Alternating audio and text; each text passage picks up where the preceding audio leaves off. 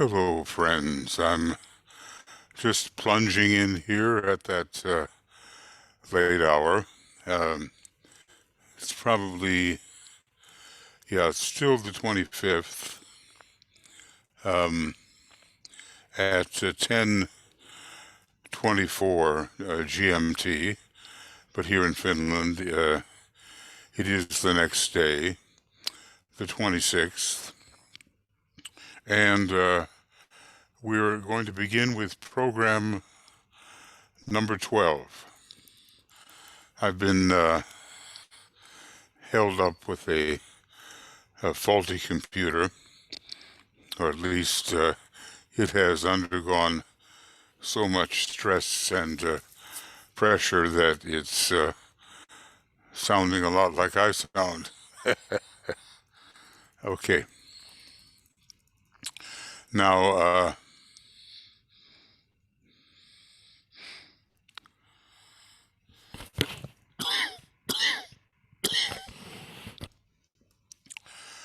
I would like to just read, as a segue, this last section from program 11, Telepathy and the Etheric Vehicle, video commentary.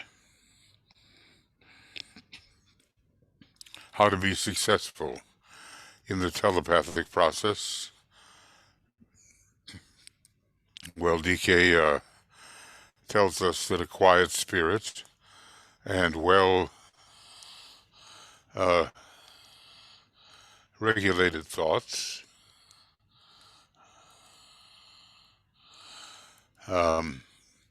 will help much, aid much, and the cultivation of that dispassion. May I add a condition of the astral body? The cultivation of that dispassion, he says, which desires nothing for the separated self and nothing violently. Apparently, internal violence works against successful telepathic interplay. Now, this is the paragraph.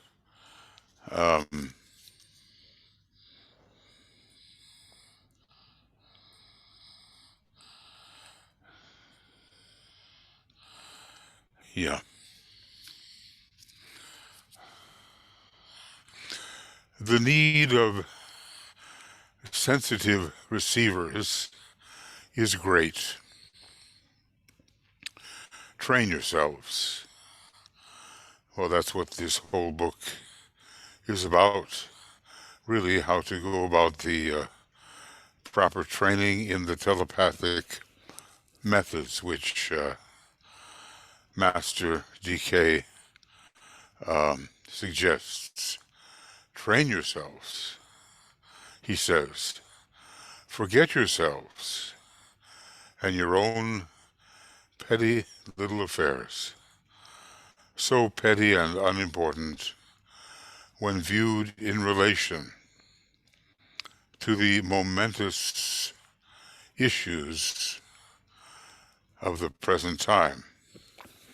And may I add, remember, this was in the lead-up to World War II that this book was written. He goes on, keep an attentive ear to the voices which issue forth from the world of spiritual being, and love each other with loyalty and steadfastness. Maybe that's a difficult one, to have a fresh and enthusiastic attitude towards the possibility of loving one's group brothers, one's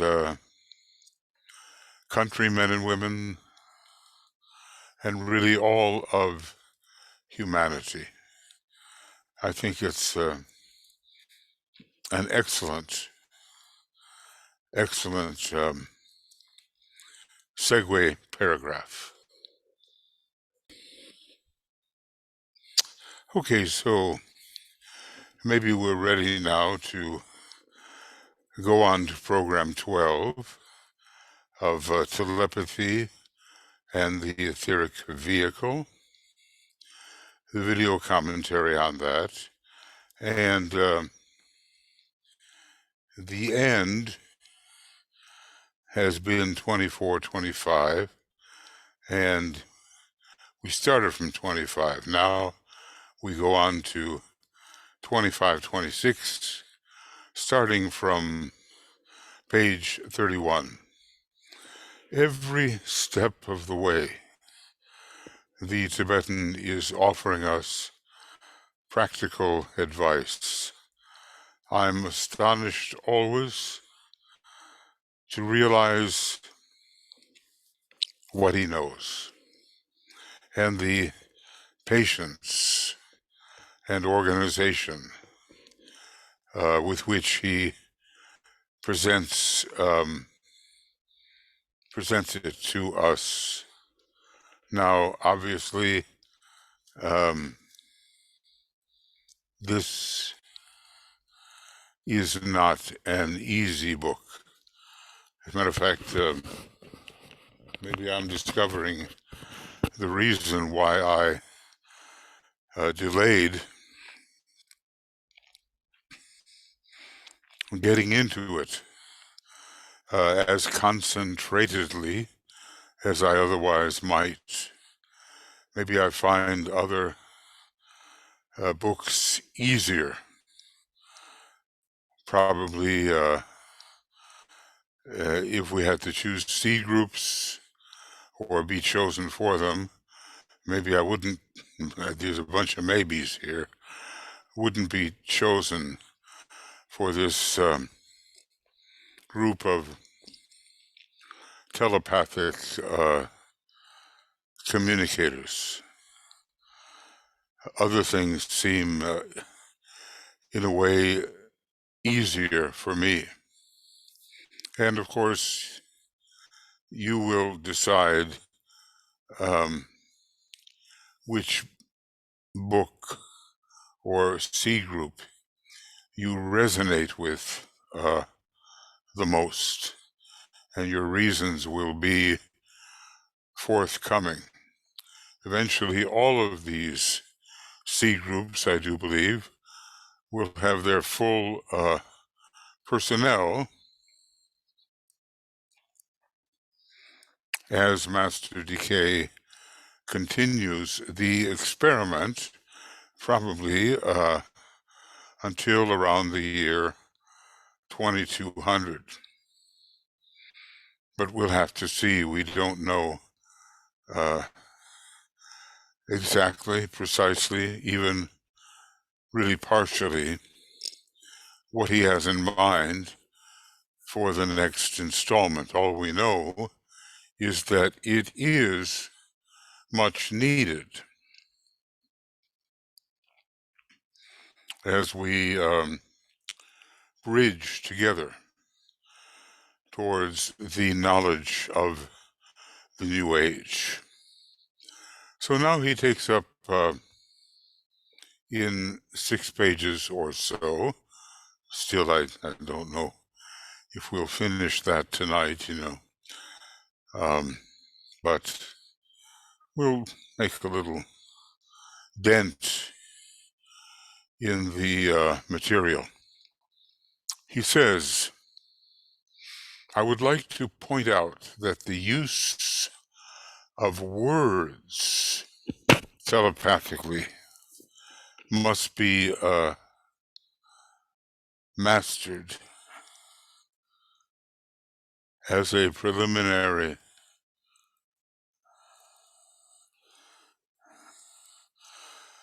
preliminary step to the use of sentences and thoughts. So I have a little experience with this, thanks to someone,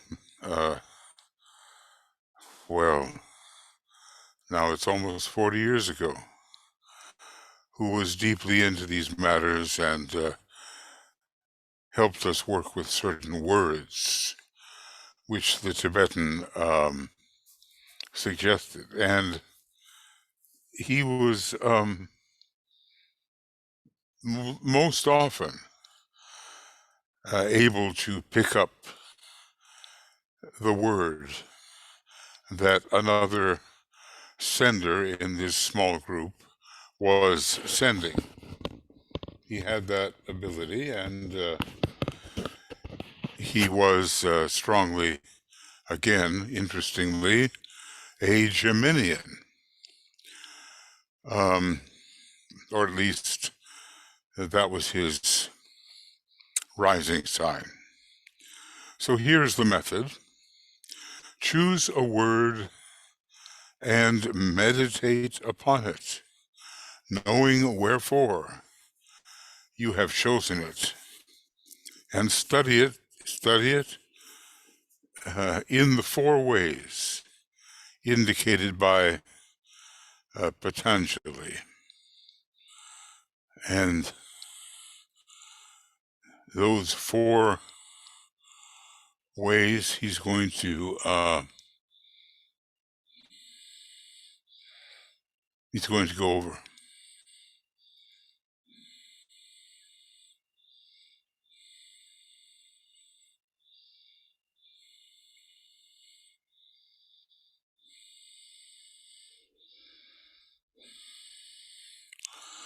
Okay.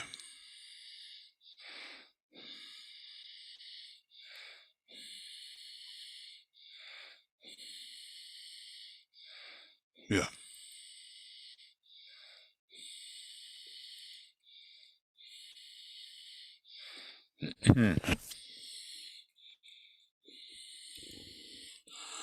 Right. Sometimes it takes me a little too long to line up the contrasts. And sometimes the contrast gets too dark.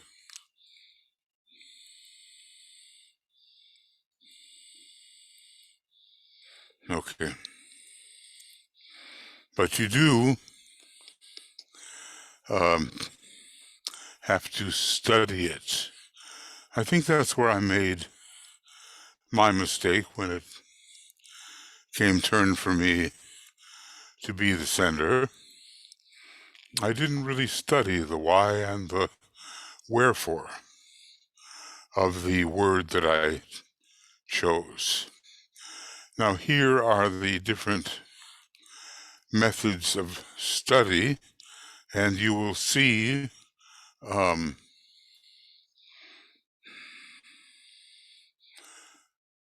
form, quality, and teaching value, and eventually you identify with its very being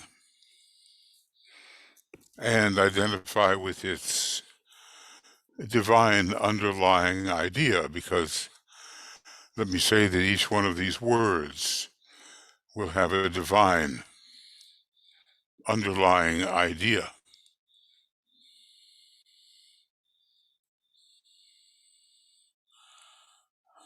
Okay. Come on.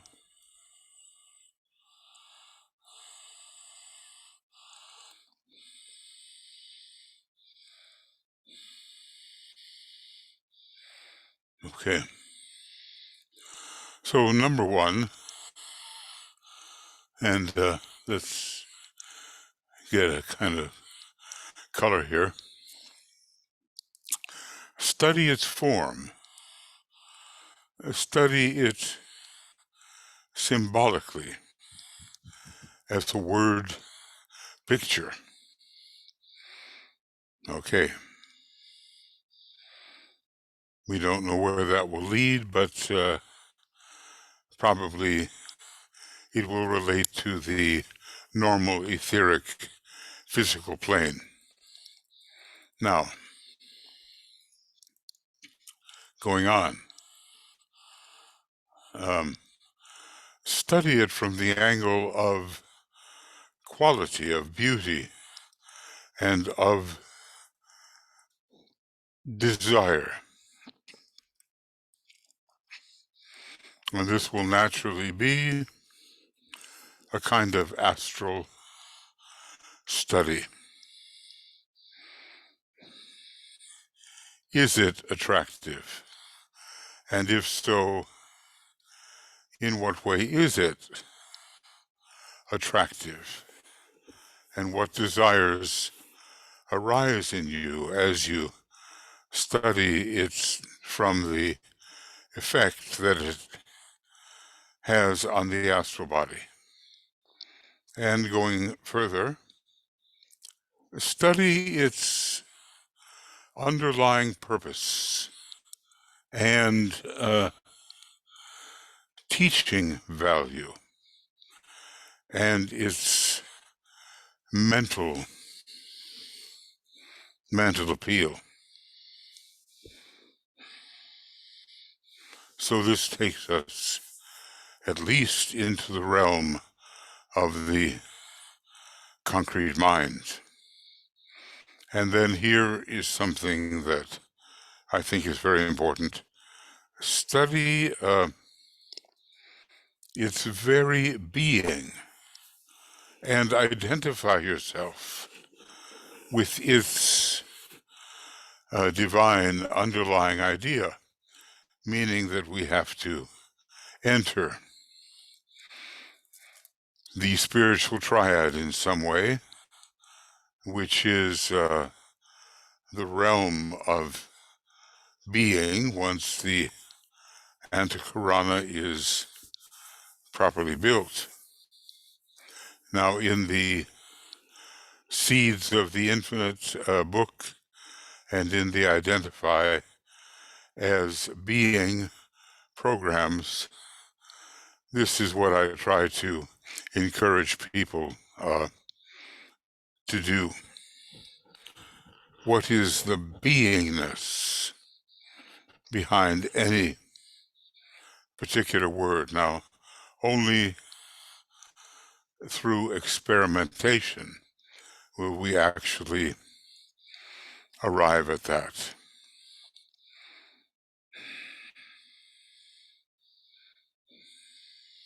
So let's ponder for a moment these 4 modes of approach, all of which begin with the word study.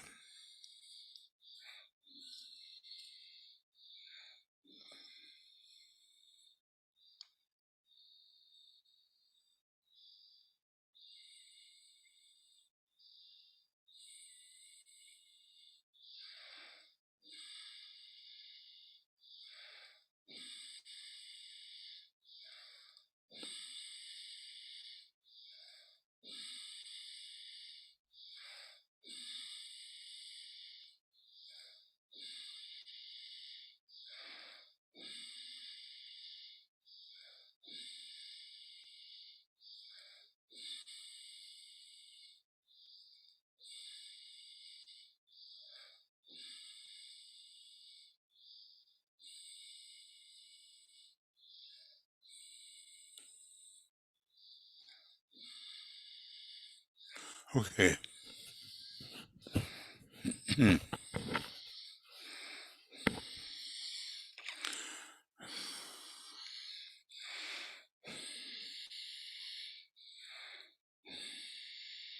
Now, DK has chosen his words with care. And somewhere here, some words are suggested, and he's suggesting that we confine ourselves to the particular words that he has chosen. They are simpler, they are less complex than completed thoughts and sentences, and so we have a better chance of somehow receiving them and entertaining them in the group. Now further, he goes on, when you have reached this final stage, hold your consciousness steady at that high point. If you are a transmitter,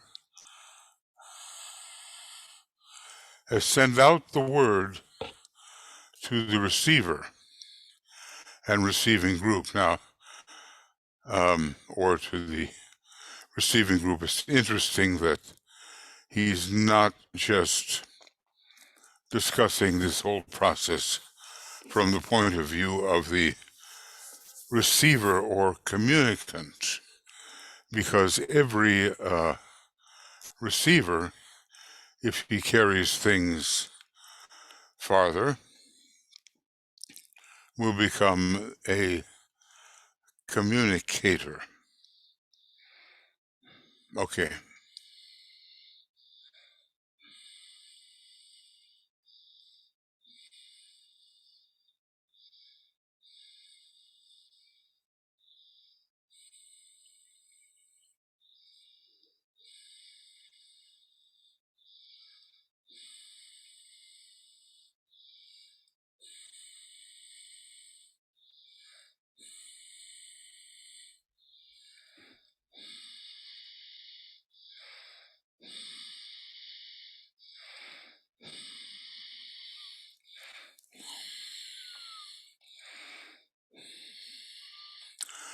Okay, now that's what the transmitter should do.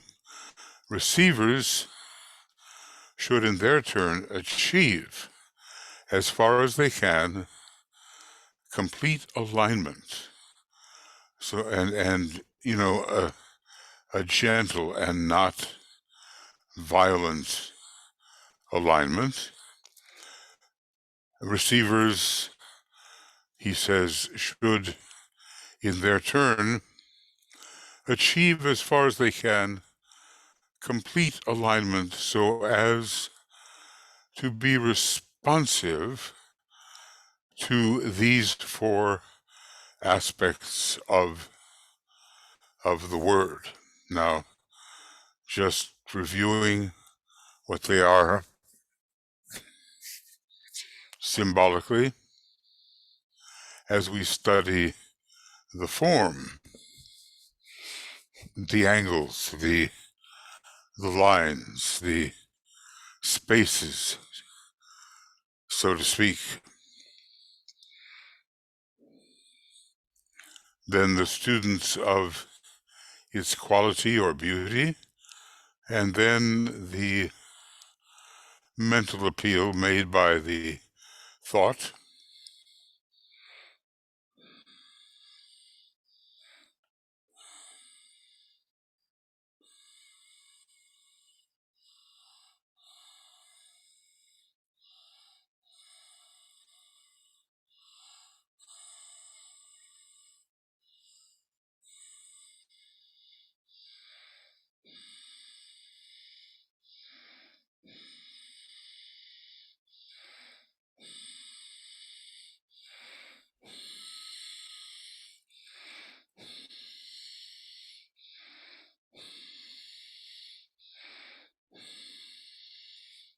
Maybe when we get to one of the words, we can kind of go through the process just a little bit.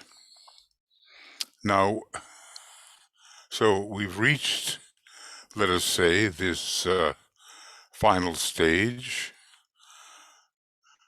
where we study its being, its divine underlying idea coming from the spiritual triad or even from higher realms.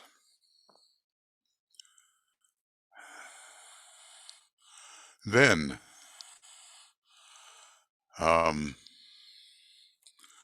hold your consciousness steady at that high point as you study the beingness of the word. If you are a transmitter, and then DK goes on, send out the word to the receiver or to the receiving group. Okay.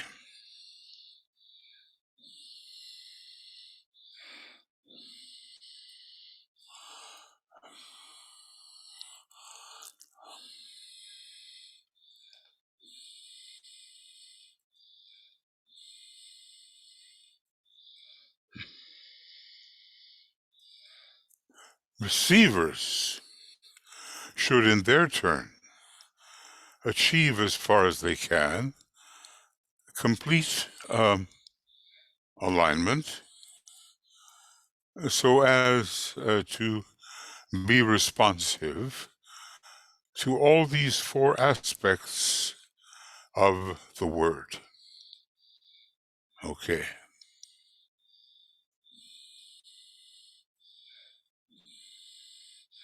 In some ways, there's a lot of simplicity in the interplay between sender and receiver. Certain modes of interplay are repeated frequently.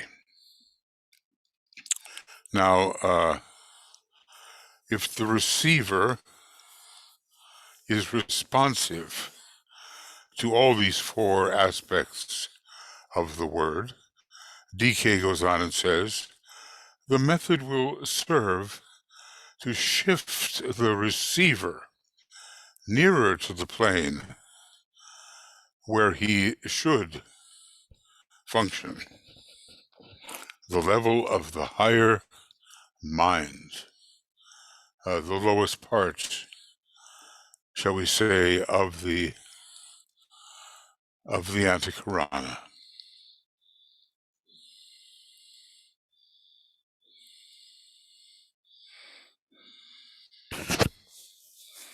He has to formulate ideas into clear-cut thought forms. And they will be thought forms at first of a general nature, and later more concrete as the thought forms reach the normal etheric physical plane. So, here's DK maybe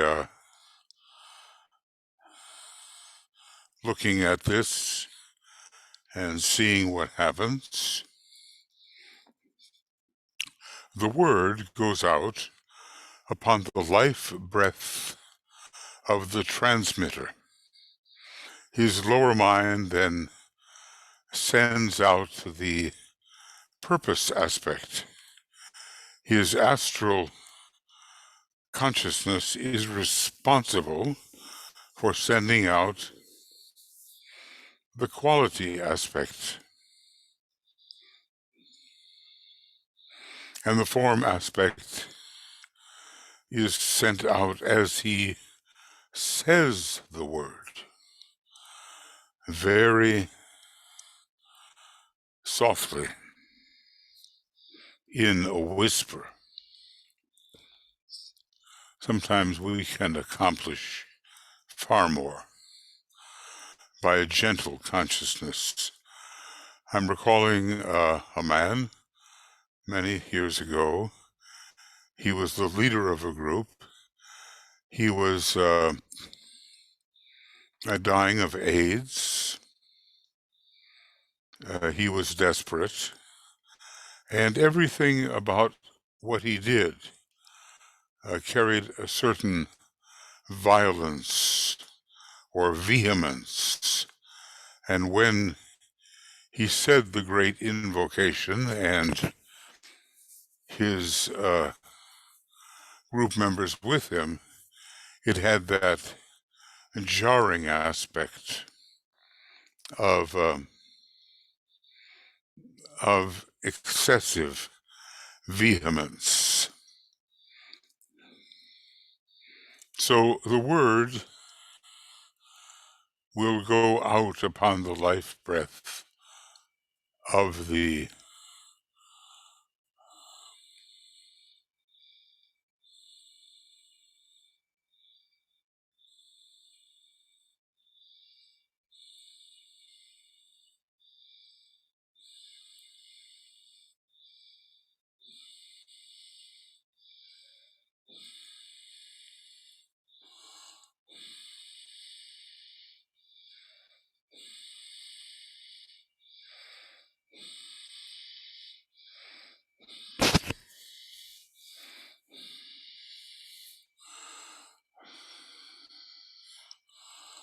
so even though we reach the form aspect, we do not, even though it is the most tangible, we do not shout it.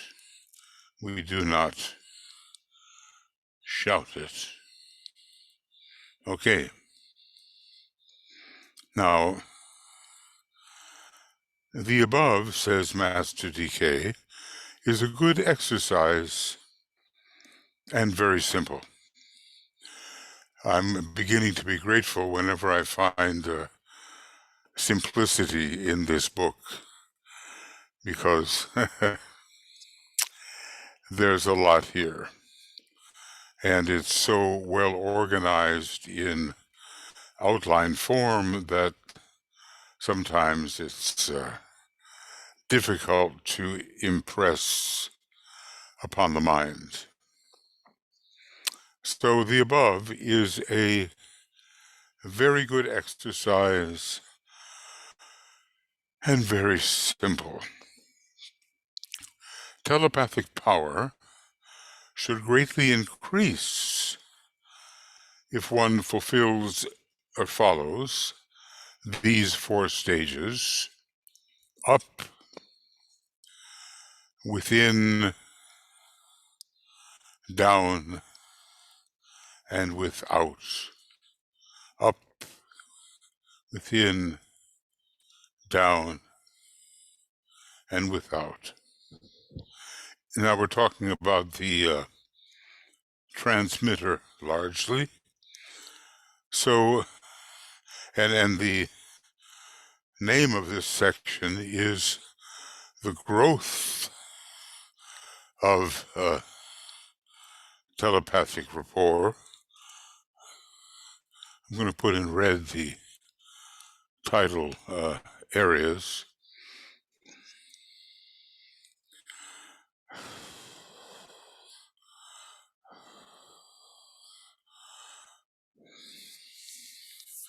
So we're talking about the growth or increase of telepathic ability.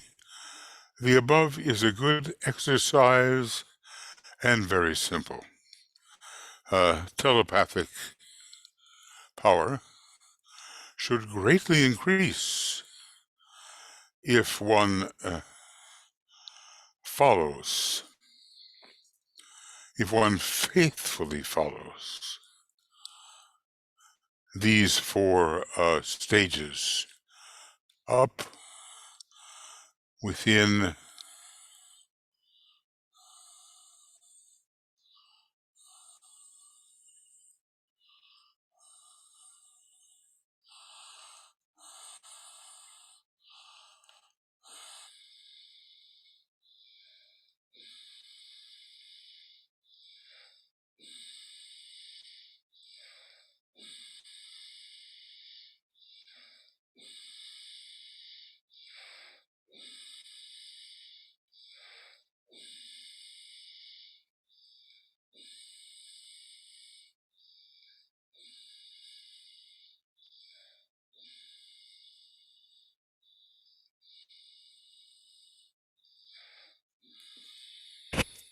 Okay.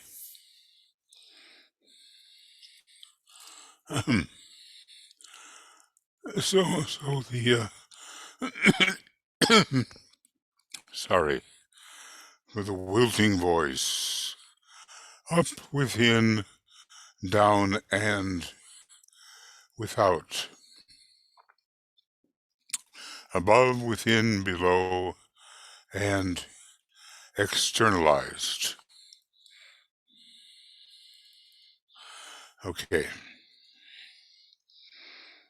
During the first or form stage, one may use what symbolic forms one likes to embody the word. For such a word as will has no appropriate form like pool has. So, may I say, some words tend towards easier symbolization. Pool is very obvious and actually tells us that the third ray type has to achieve that state of consciousness like a calm pool or perhaps lake, but I think the word is pool. But there are some words that are more abstract, and so one tries to find the way to use these words. Okay.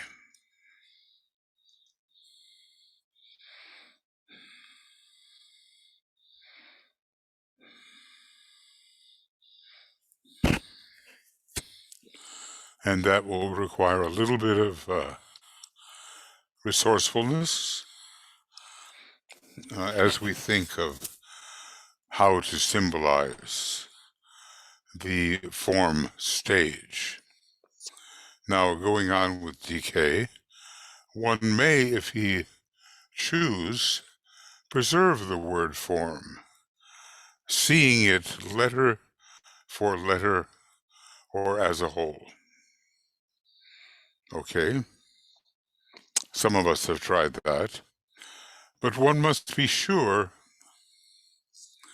to end with the picture form, or with the word form with which he began, and that he sends out at the close what he has formulated at the beginning. Well, I guess we have to practice this. No other way but to practice.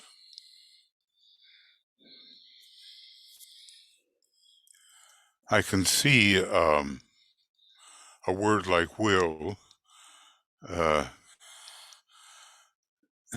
utilized as WILL. There are many associated pictures, many first ray images could be pulled in and utilized. The sword, for instance, would be a very popular one. But for the sake of continuity,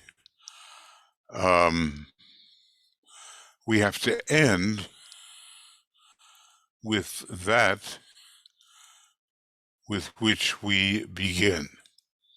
Now, you might ask, why is that so important? I'll just say at this point, I would follow DK's advice. Okay, and so he sends out at the close, to round it all out, what he has formulated at the beginning. To summarize, for which I'm always grateful when he does this, a group of disciples working in an ashram has to learn certain points. And this is another one of those great sentences which seems to have followed me throughout my work in the Lucis Trust and Arcane School and in general with the Tibetan's material. Groups are held together by an inner structure of thought. You can have a gathering of people sitting very close to each other, but if no thought unites them, they are not a group. Maybe I was looking at the evacuations from Afghanistan, where maybe 600 people were crowded together in a cargo plane. Maybe the desire to get out was the unifying factor, the structure of thought that held them together, but I'm sure that each of them had very different things of a personal nature on their mind. And when you go to a concert, let's say, the people are gathered together in person, but very different. When you, let's say, run a marathon, hundreds begin it, and maybe the inner structure of thought is, I have to win, or maybe I have to at least finish, or I have to finish by a certain time. There are differences in what holds them together. A crowd is not really an integrated something. It is a gathering, but it is not really held together. It can easily disperse. On the other hand, crowds demonstrating for some purpose might be held together. Okay, so we're dealing with some summaries. Number 2, the focus of the externalized group life is the etheric body.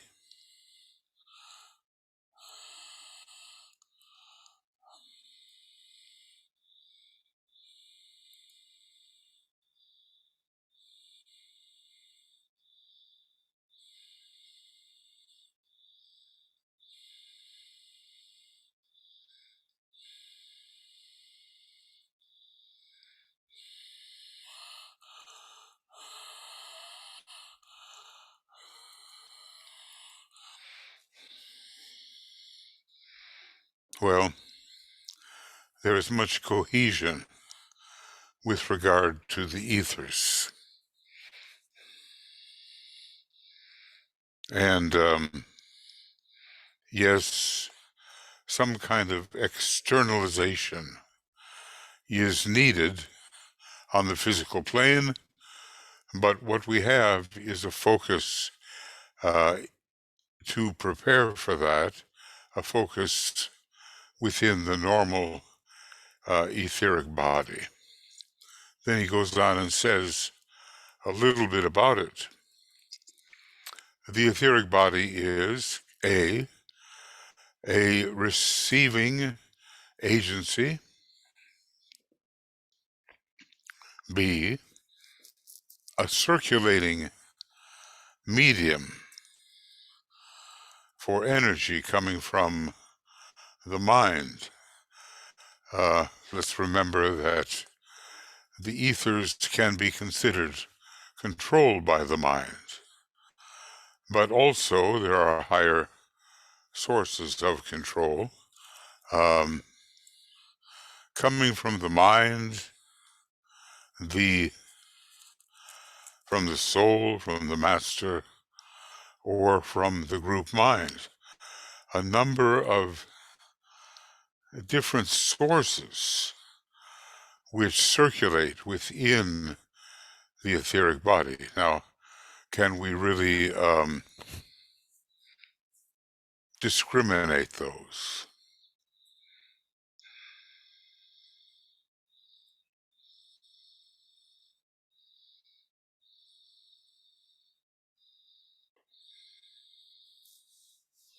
Okay, what else?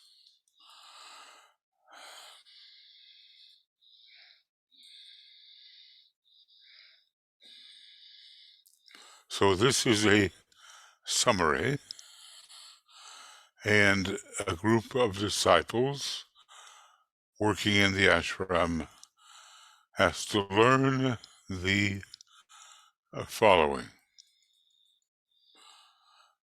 Groups are held together by an inner structure of thought. I know people who live together. Well, Master Moria would say they dine at the same table, but they're not together at all. They are held in different positions, and they are going in different directions. Some left, some right.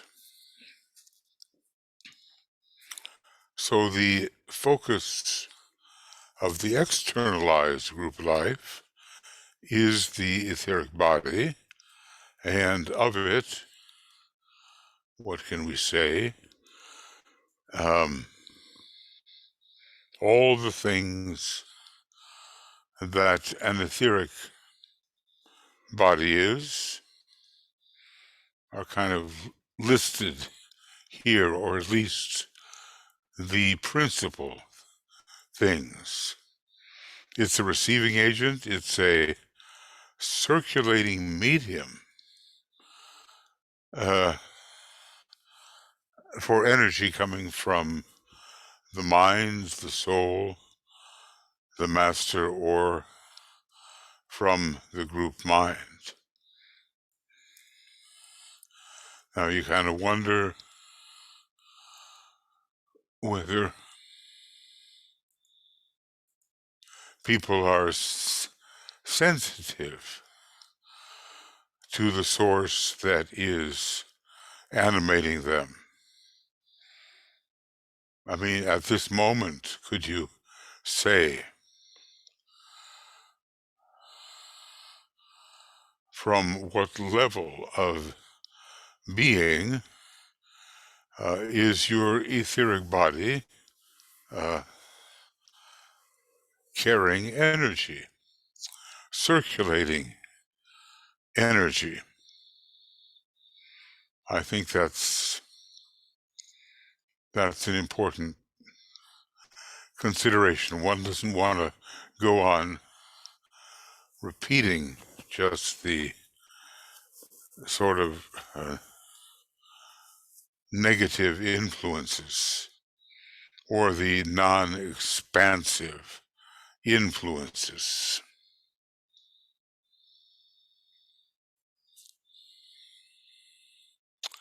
Okay.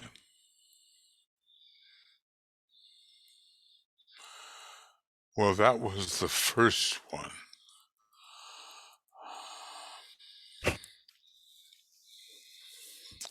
And it's a little more complex than the statement that groups are held together by an inner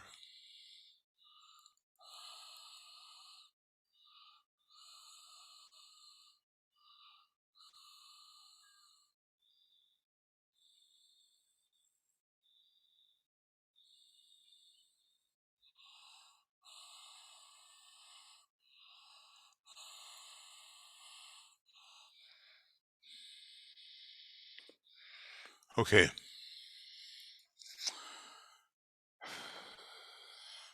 So the etheric body receives, the etheric body circulates energy. That's important.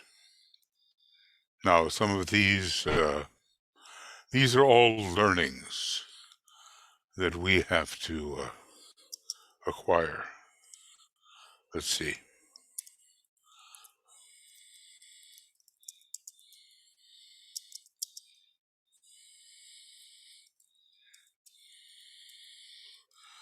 Learnings to acquire. Okay. Now, point number 3 of things we have to learn. The mind is the first exoteric expression of the soul consciousness as far as the true aspirant is concerned. Remember, the true aspirant has taken the first initiation. Now, we could also say that the atmic plane or the plane of spiritual will is the first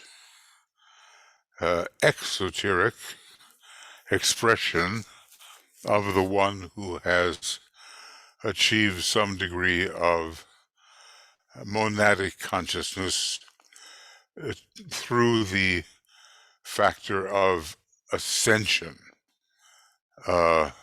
Whatever the will is, it is followed by the major Brahmic plane, which is the atmic plane, and by the subsequent planes below that, which are all Brahmic in nature. Roberto Assagioli,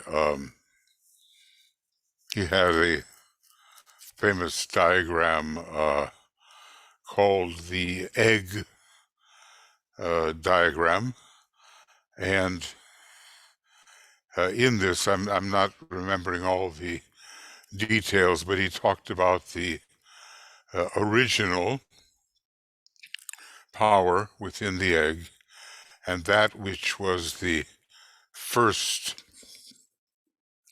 externalization. Now, among the things we also have to learn, and this looks a little bit like a review, the following telepathic relationships are to be born in mind. And we have to wonder which of these have we experienced, and which of these do we most customarily experience. I mean, we are naturally telepathic beings. Some form of telepathy is going to be operative. And what is it really for us? Do we notice when it is occurring? So in this section, we look at a variety of telepathic relationships. Solar plexus to solar plexus. Instinctual telepathy, people are moved by being. No, that's not exactly correct. They are moved by feeling. Feeling. I have the feeling that I don't know why I have this feeling, but I'm going to follow it up. Now, coming up more and having the reputation of being Aryan and a truer form of mental telepathy, we have mind to mind. And some definite form of thought will be found here.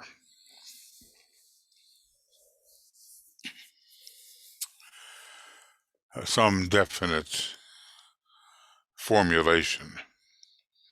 Now, will it be the abstract mind, or will it be the concrete mind, or the concrete mind used by the abstract mind? Just examine the mental impressions that come to you. Now, in a mode which Master DK used with those who had been attracted to the periphery of his ashram and chosen to work with him according to the seed group methods, the master has a telepathic relationship to the disciple. We're told that the master works largely, or maybe even exclusively, with the soul of the disciple. Now, eventually that proved not to be entirely the case, because Master DK saw the need at the personality level and tried to deliver on that need. I mean, if he tells a pretty advanced disciple, sometimes, I'll paraphrase, sometimes you are too harsh with the physical body, and sometimes you treat it too well. We see him taking an interest in an outer form and talking to the disciple about the behavior relative to that outer form. To another disciple, he says, get more rest. Or to another disciple, he says, exercise. You know, you can't sit around the whole day. You have to engage in reasonable exercise. It will sustain you. To another disciple, he says, listen to the great pieces of music. Now, in those days, they sounded pretty scratchy. They were all pretty much 78 RPM records with scratches. I remember I was interested in those things when the first long playing record came out. And it was a real relief because you could listen for a longer period of time. So the master did more under necessity, because he saw the need within the personality. Now we have another type of telepathic relationship.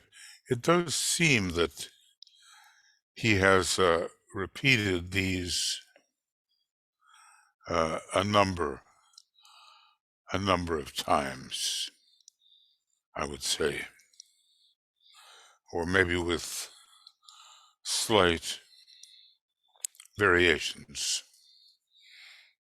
Here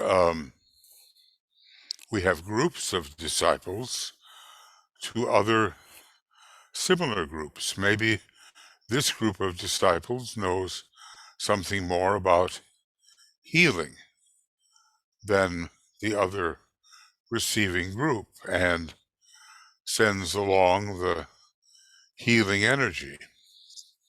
Any particular type of excellence which a group of disciples have, it can be sent to outer groups that are similar but are not as well equipped with regard to that which the let's say more inner group is sending. Groups of disciples to other similar groups.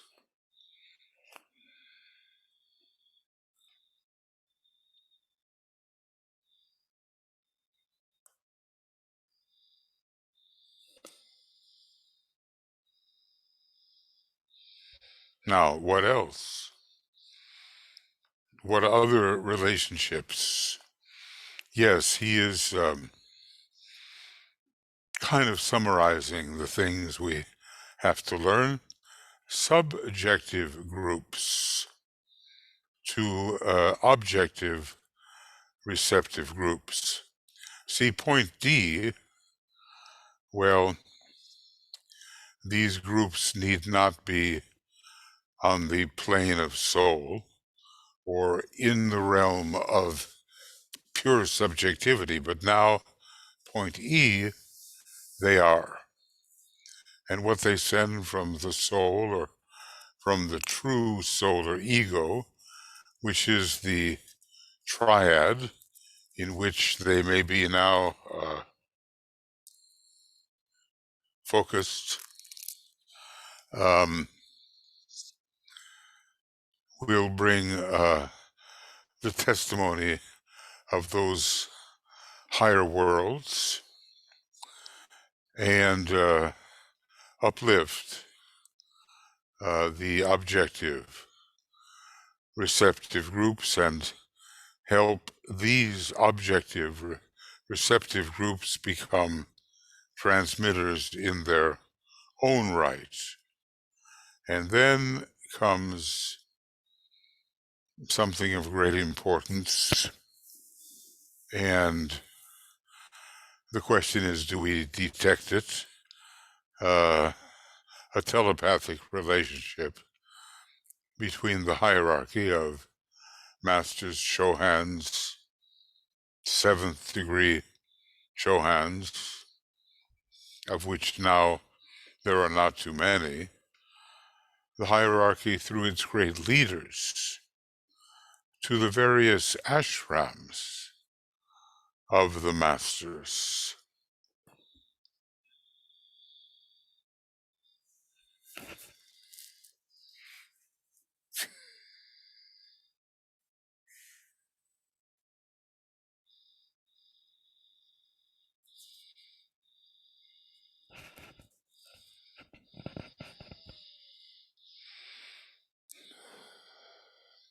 Well, unless we have some degree of ashramic consciousness, we're not going to really detect this mode of sending. But these are types of telepathic relationship, and through our close examination of what we receive we can begin to discriminate or discern what is the source and what is coming through to us. But maybe we can't do them all at once. Any type of telepathic receptivity can be used as an experimental model.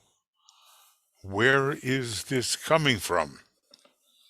We ask ourselves. Sometimes we say, something's in the air today. It's oftentimes kind of a negative statement, meaning that this is why things are not working as they should.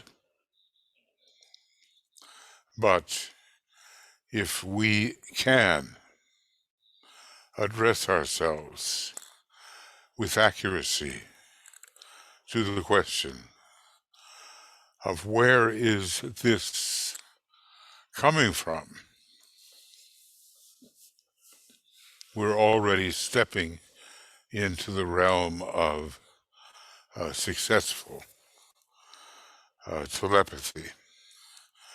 And note that as we do this kind of work, we're not just limiting our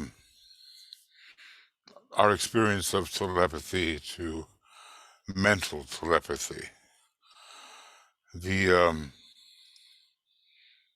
was I don't think it lasted very long, but it was a TV show called The Mentalist. And most of what was achieved, well, it wasn't strictly mental, but the mind, again, was greatly emphasized. So let's pause for a moment and ask ourselves what we may have received and where it came from.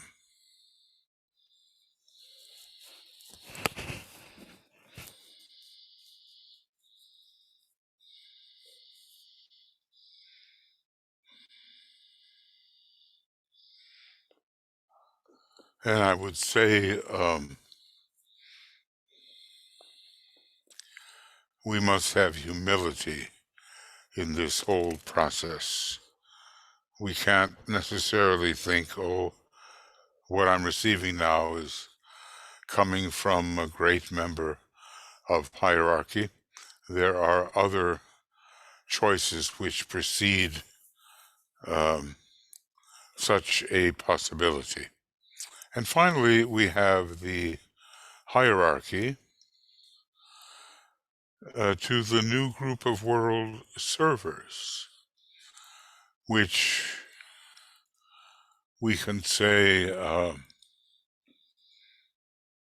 has been formulated over the last approximately 100 years. Think of this new group and who it is and from what level that is supposed to inspire it.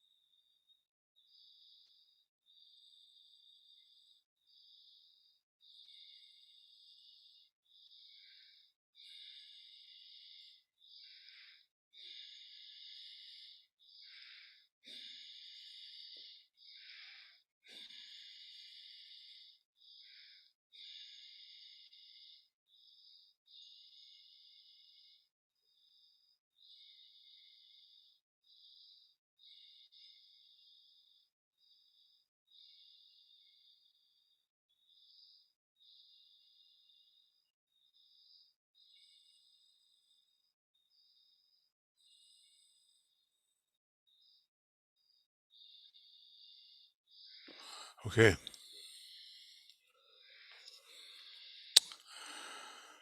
Now, yeah, this is somehow one of those summaries which helps anchor in our consciousness the most important point.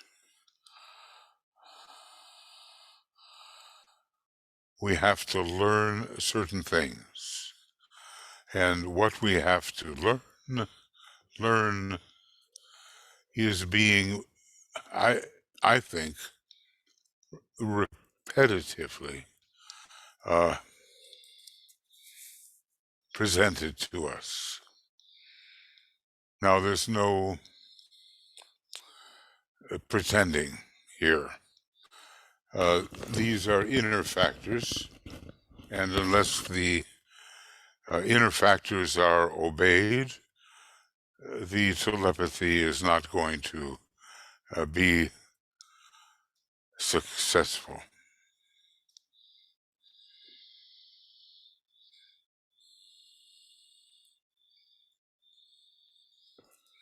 I think one day we will know.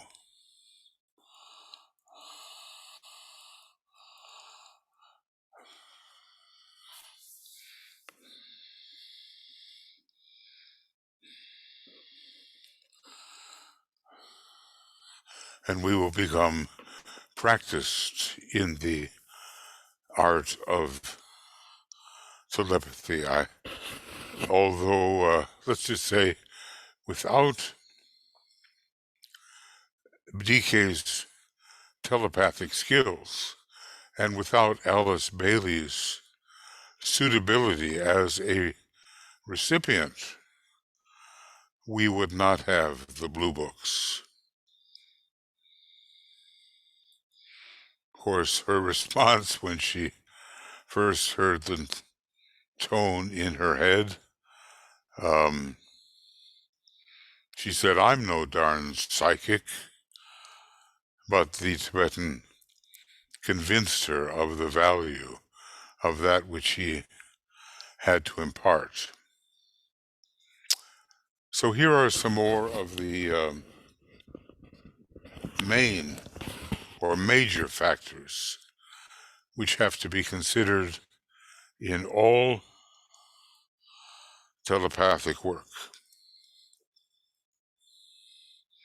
Sometimes we might just hit upon one of these summaries and find that it very well embodies what has been repeated throughout the book. Okay, let's see what we have.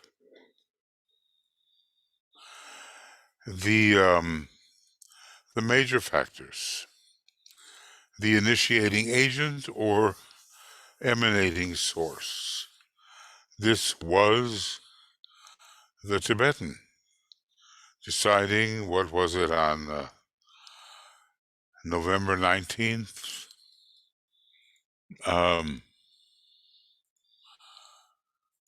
In the year 1919, the Tibetan decided, I will now get in touch with Alice Bailey. And she, in a sense, being in the same ashram as I am, that of Master K.H., we will see what can be accomplished with her. I'm sure that the Tibetan foresaw much of what could be accomplished. The masters have this insight, and they're not about to waste a whole lot of time, anyway, on something that is doomed to failure. So there is the initiating agent or emanating source. There is the recipient of the ideas, thoughts or energy, and the medium of revelation. Now, that medium of revelation is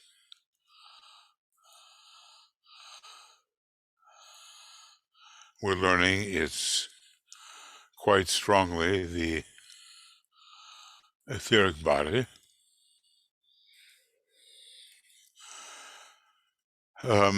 And remember that ethers are not confined to the ordinary ethers. There is the entire cosmic physical plane, consisting of the planes of Buddhi, Atma, first monadic, and logoic planes. And if we went even higher onto the cosmic planes, we would find that the cosmic Buddhic, cosmic Atmic, cosmic monadic, and cosmic logoic are all etheric in ever higher senses, and I suspect that on it goes. I'm not sure whether I can, not sure here that I can show this to you, but basically you have seen it many times.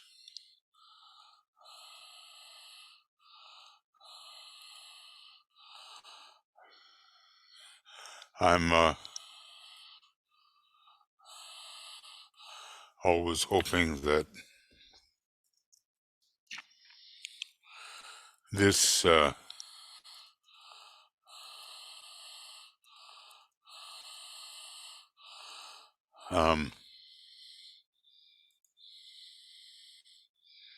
well,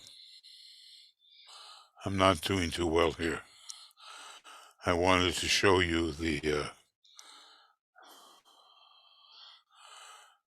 well, we have this, but I wanted to show you something different, and let's see if well, it's this one, and take a look up here. I hope you can see what I'm talking about. All these four cosmic planes are etheric. The cosmic Buddhic, cosmic Cadmic, cosmic monadic, and it's called here the cosmic Adic, or it's the correspondence to the logoic plane. I hope you saw that. I'm having a little trouble making this the visible map. Okay, so always you have these three. The initiating agent, now this is repeated so many times. The initiating agent or emanating source, practically speaking, DK decides this is a good day to get in touch with Alice Bailey and see if 30 years of work can be inaugurated. The recipient of the ideas, thoughts, or energy, this was Alice Bailey, who had worked with the Tibetan as a chela in the light when he was the inner guiding disciple. So already some kind of rapport had been set up between the two, and then the various media of revelation, many of which can be considered etheric, but there's always the possibility of revelation on various planes, not all of which are perhaps considered etheric. Okay, so now DK looks to the future, and I'll just make sure that we're looking with him.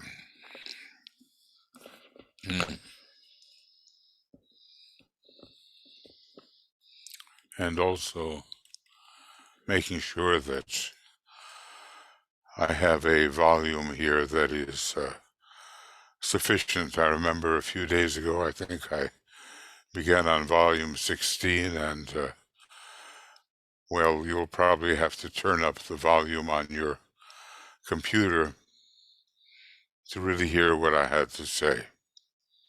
Okay, so what does it say?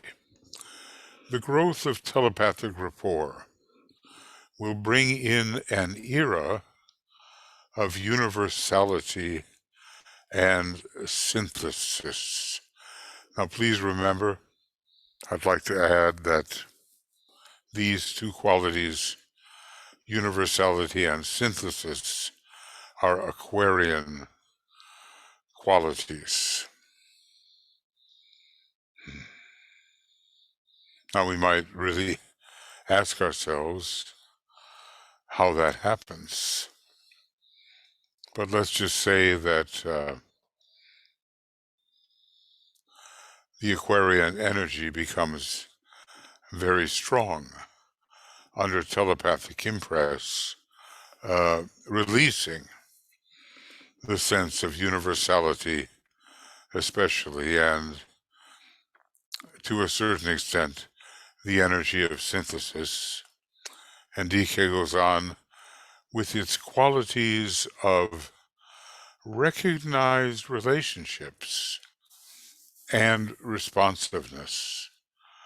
Like right now, there is a question if we know where things are coming from.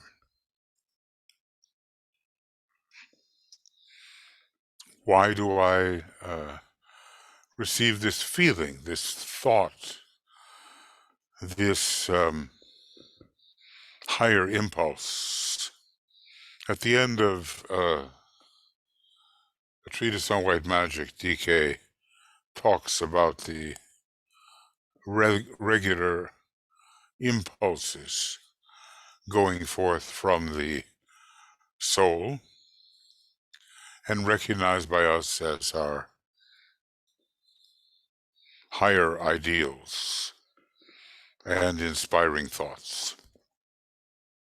It's worth reading just a few pages from the end of chapter 1. So anyway, this kind of era is coming.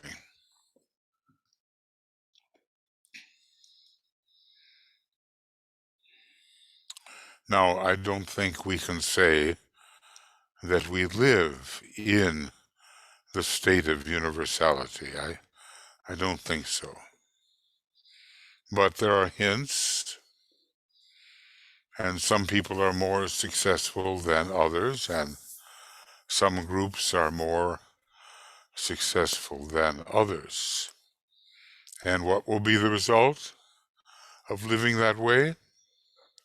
The qualities of recognized relationships and responsiveness will appear. And then DK gives a very hopeful promise for the Aquarian future. This, he says, will be outstandingly the glory of the Aquarian Age. Universality, synthesis, recognized relationships, responsiveness.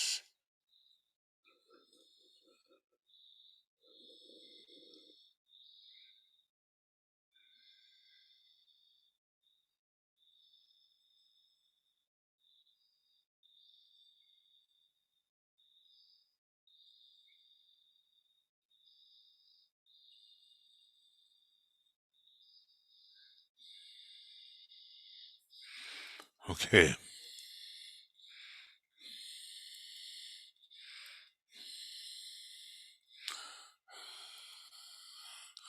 Now, when we use a word like glory, immediately one begins to think of the third initiation, the glorification, at least the beginning of it, the transfiguration.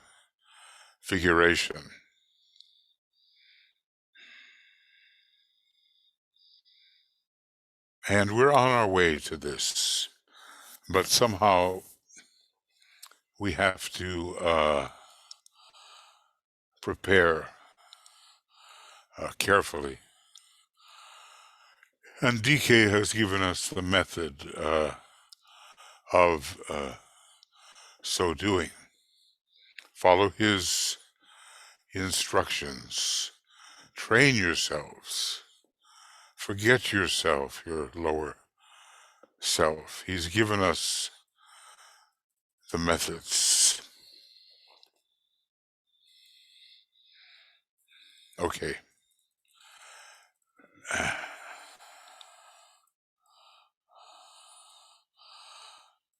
Yeah, there's...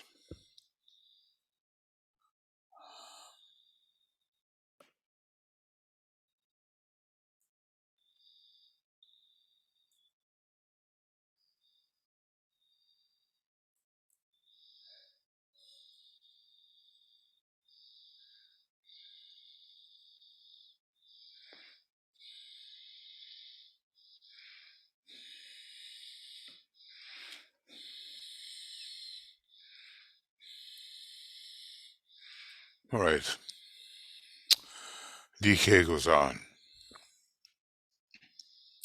As the race achieves increasingly a mental polarization or focus, I've gone over that before, because true mental polarization occurs between the second and third degree, and believe it or not, is discussed under the sixth initiation in the rays and the initiations.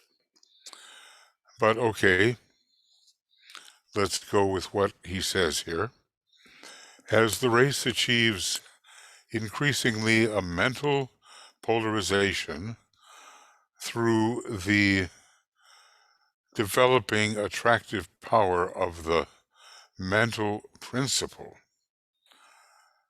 the use of language for conveying of thoughts between equals, or of communicating with superiors, will fall into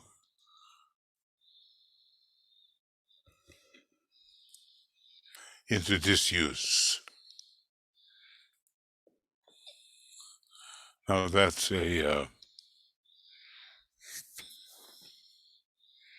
that's quite a statement, because some of us are so given to using language and to refining our use of it, only to realize now that it will be obsolete, but not when reaching those who are not yet equal to the successful telepathy. So DK says it will, language will, continue to be used in reaching the masses. Sometimes I think, compared to the hierarchy, we are those masses, and language is being used. It will continue to be used in reaching the masses and those not functioning on the mental plane. Already,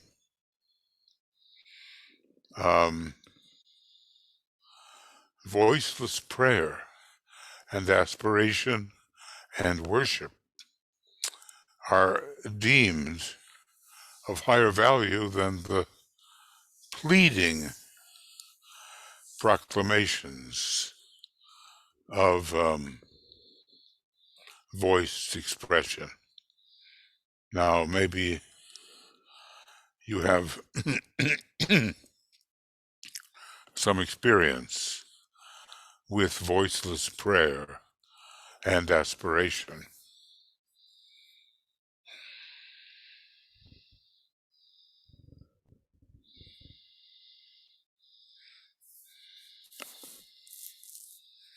I mean, sometimes it's said, in churches we lift our hearts unto the Lord. But that's not necessarily filled with a lot of wordy descriptions and pleadings and proclamations. So, voicelessness, which doesn't mean we cannot talk, but it does mean there is a higher form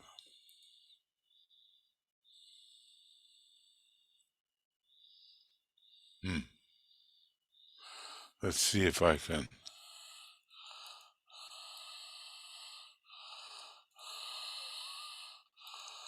make the... Okay. Have you engaged in voiceless prayer and aspiration?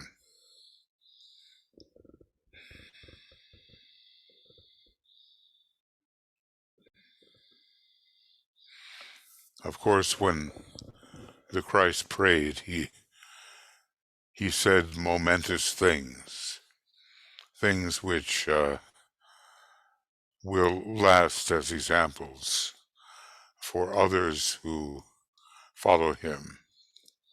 But we know very little about his voiceless prayer and aspiration. So DK goes on, it is for this stage in the unfoldment of the race for which preparation must be made, and the laws, techniques, and process of telepathic communication must be made plain. Well, may I ask, is that somewhat happening here? I hope so. Must be made plain, and the Tibetan goes on, so that they can be intelligently and theoretically understood.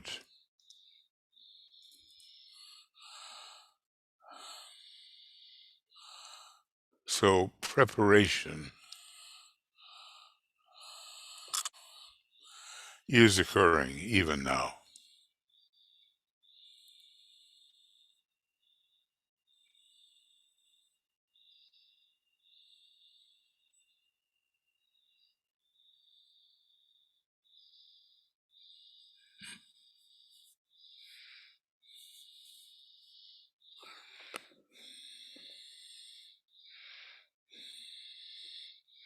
Well, we are learning in a very organized manner the laws, techniques, and process of telepathic communication, trying to render them plain.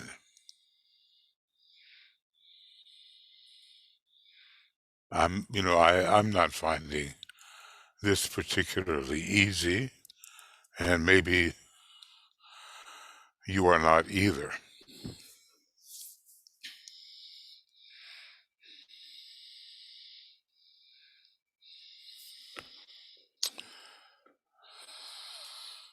A little more.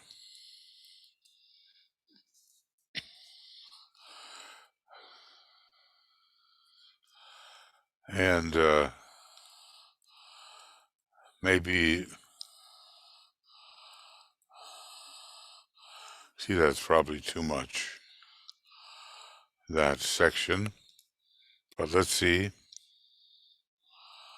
Disciples must occupy themselves increasingly with right understanding, right designation, and right definition of the new science of telepathy. So he's helping us gain some sort of correct attitude toward that which is being taught.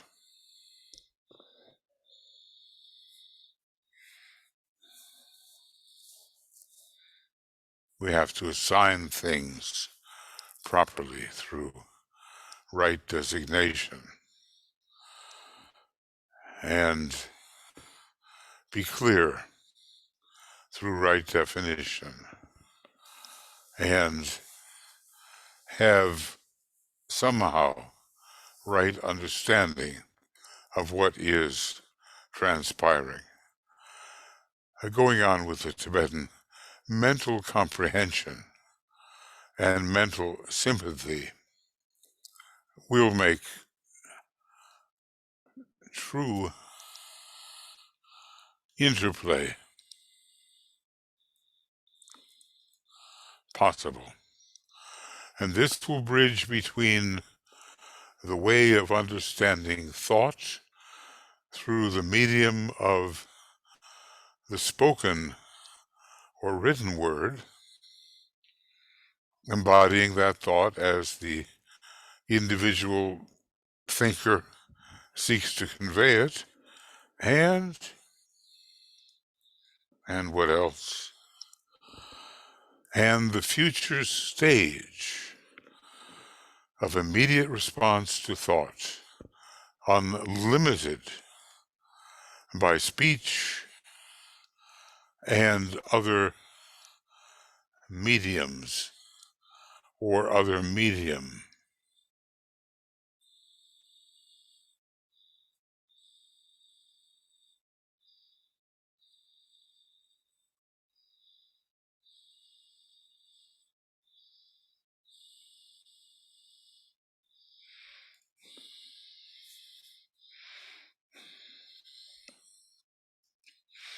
Well, a very different and looming proposition, and one which will be, for our communication possibilities, exhilarating.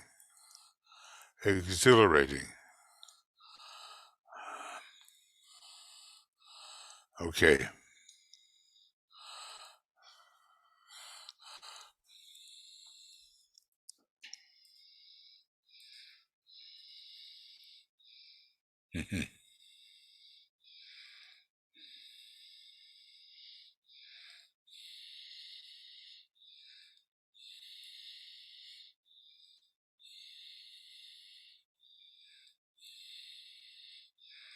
Always the wonder of the New Age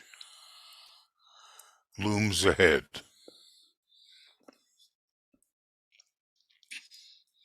And if the methods to reach those possibilities exist, well then, train yourselves and forget your petty little selfhood, which compared to the great world issues, the Tibetan tells us, is so very petty. I keep on thinking, well, so many very bright people who said, well, Alice Bailey just wrote that down herself. Well, she did write it down. She had her own special form of shorthand, and then it all had to be typed. It was such a labor.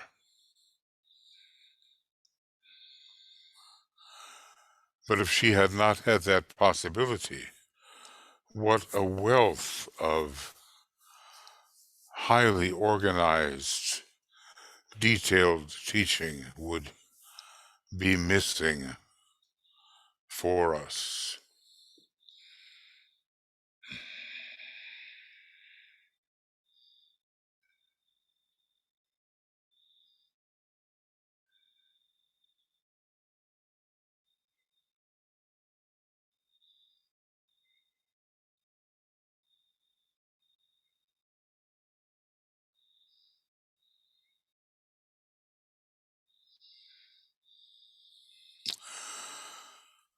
Disciples will endeavor to work in both ways.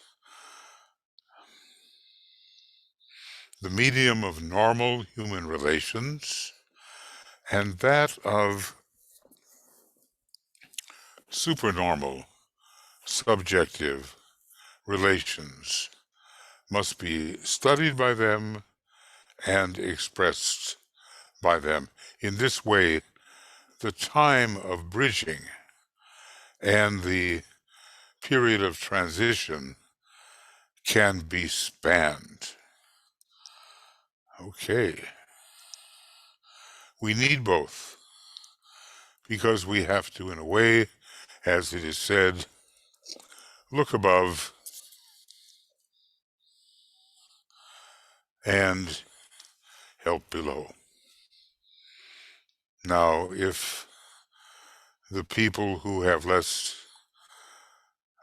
experience cannot really meaningfully receive mental telepathy or higher forms of impression, well, it does them no good. So well-formulated words of understanding have to be utilized when speaking with them. But then, given what Master Moria calls the lightning of thought, much time is saved by that kind of impression that DK has been talking about as a higher form of telepathy. Now, this is really concrete and important. It will take about 500 years. How many lifetimes is that? 4 or 5? It will take about 500 years for the race to become normally telepathic. And when I say normally, I mean consciously. It's a bit of a wait, isn't it? For us, we have to be very patient. 500 years. Now, maybe 100 of those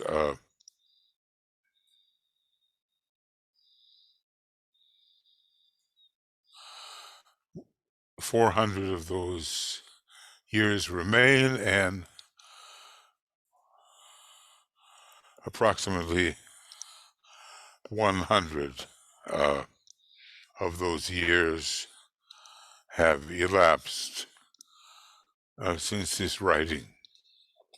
Now, this is a very orienting statement, because we're liable to ask, well, when will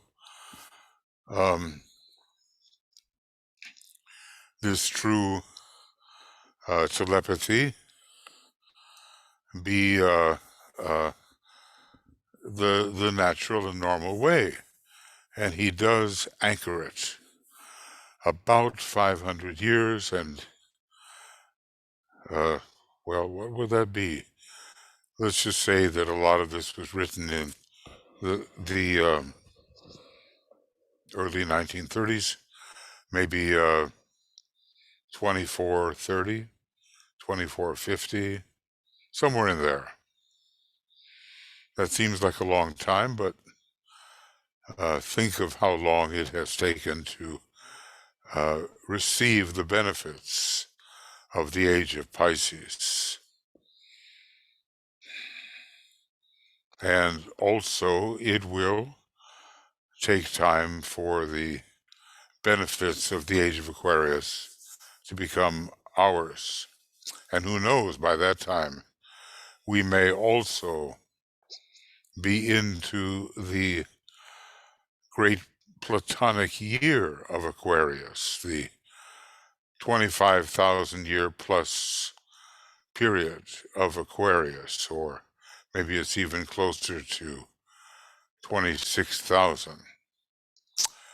So the bridging work must be carried forward by disciples in three ways, and we are bridging. There's no question about that. Even if we understand and begin to have some experience with telepathic impression and transmission, we are bridging. And the next installment of the Tibetans will be a bridging installment. And even in the period following the Great Conclave, the work done will be bridging work. You can see how our task ahead is being outlined for us.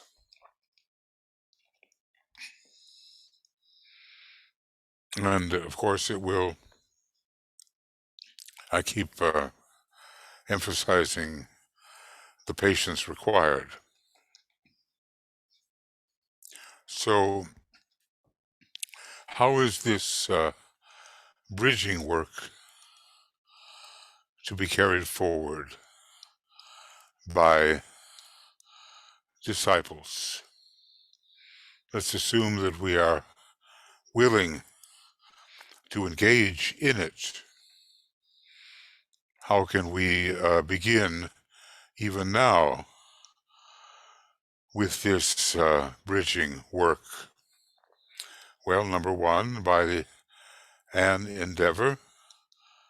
Let's make sure, every time I look down here, I want to make sure I'm in the right place so you can see what I'm talking about. By an endeavor to understand. Understand what? Let's see.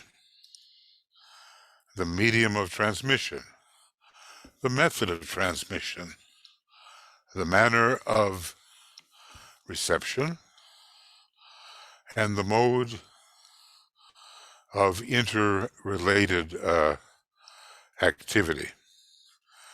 Let's say between the transmitter and the receiver. So, by an ability to understand. Okay. Now, what else? bridging work. This is all about bridging. And maybe I better kind of write that down. All about bridging.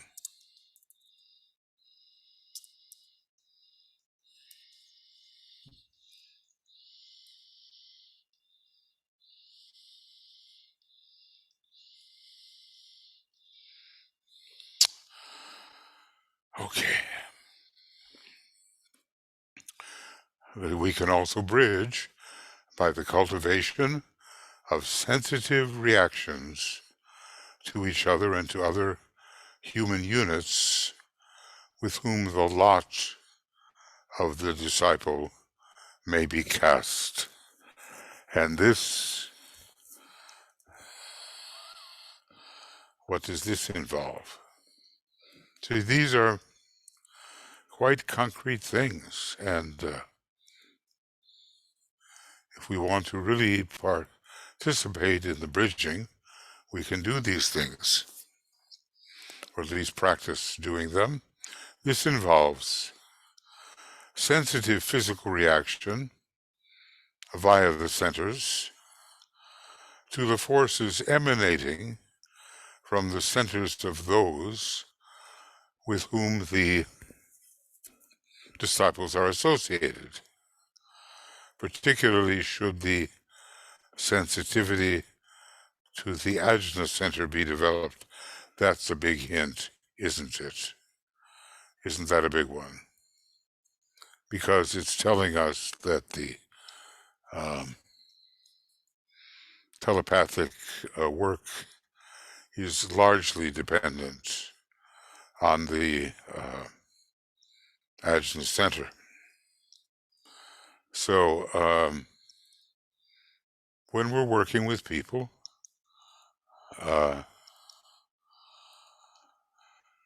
we have centers, they have centers, and we try to come en rapport with what forces are emanating from their centers and general areas which the centers rule. Sometimes you're dealing only with a solar plexus oriented person who is treading the clockwise wheel of personal development and not the counterclockwise wheel of soul development. And sometimes I've just had that experience recently, dealing with an individual who reacts to everything. When I say reacts, I mean emotionally reacts.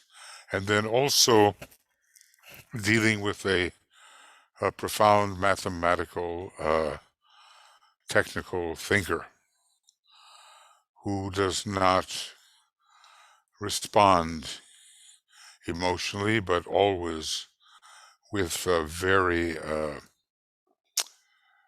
well-focused, concrete and abstract mind. As far as the son of mind goes, maybe not so much.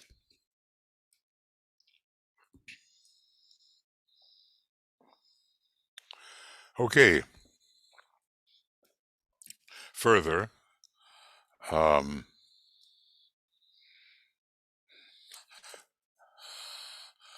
cultivation of sensitive reactions to each other.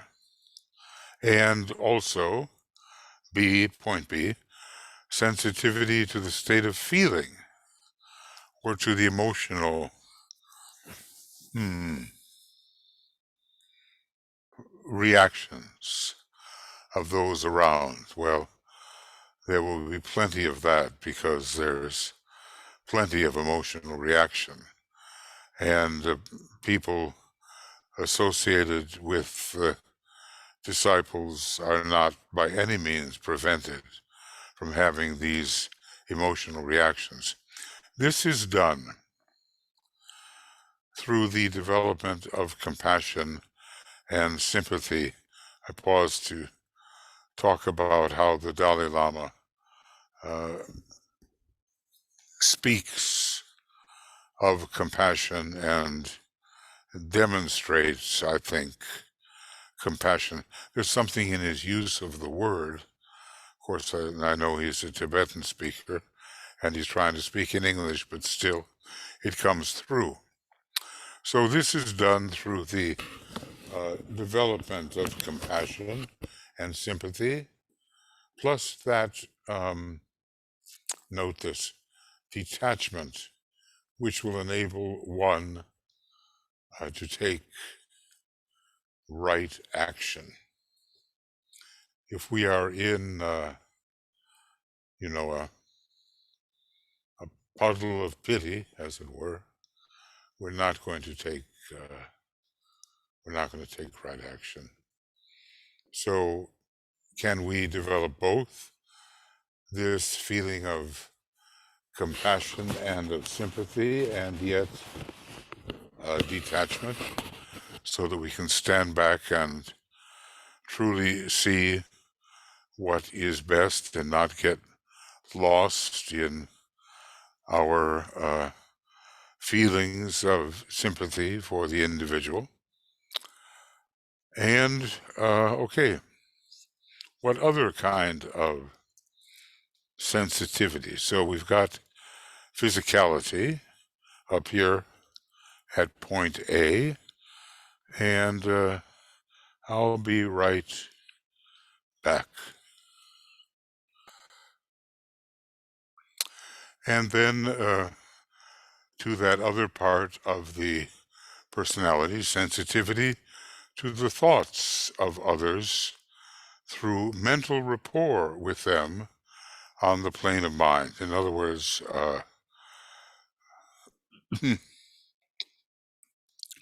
do people really understand each other, and instead of having kind of a complete miss, you might say.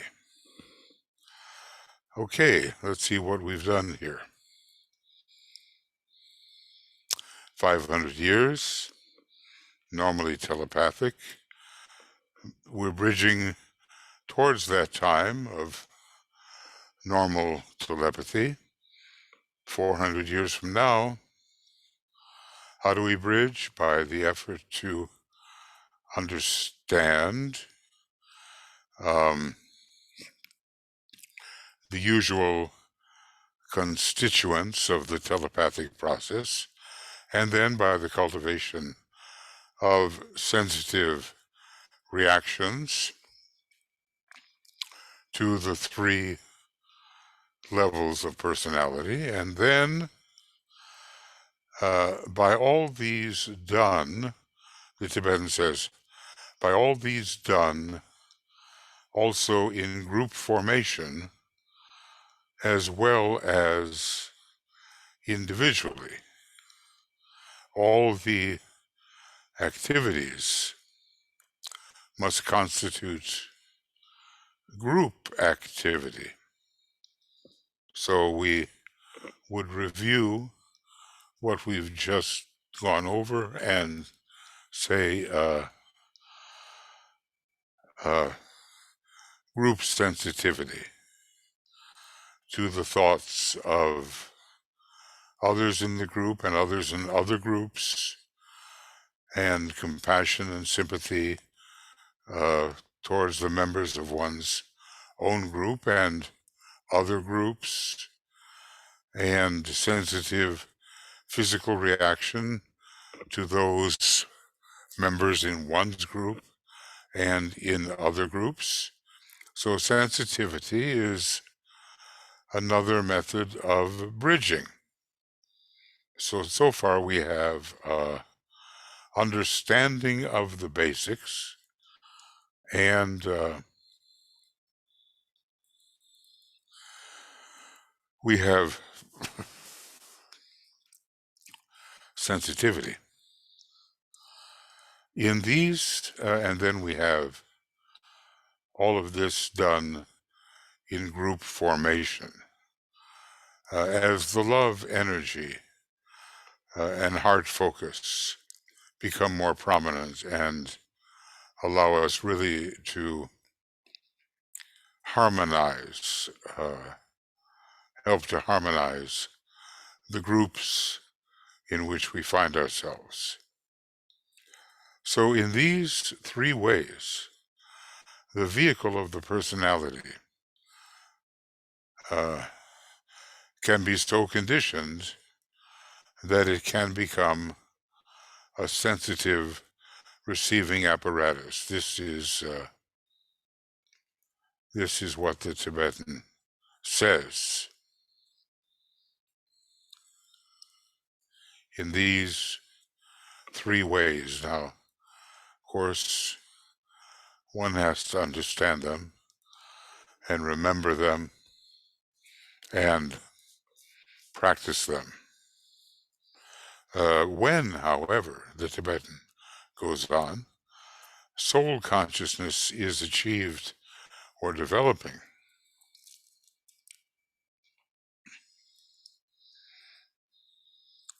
then this triple instrument is superseded by the intuitional receptivity of the soul, whose inclusiveness is absolute and who is at one with the soul in all forms. And by this, I think we cannot mean only the soul in the causal body. I think we have to also mean the true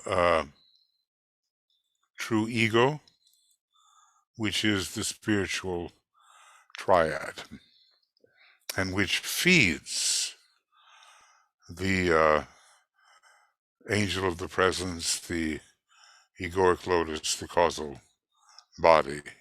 There are those, the diagrams show those streams of energy coming towards the causal body that we usually call the soul.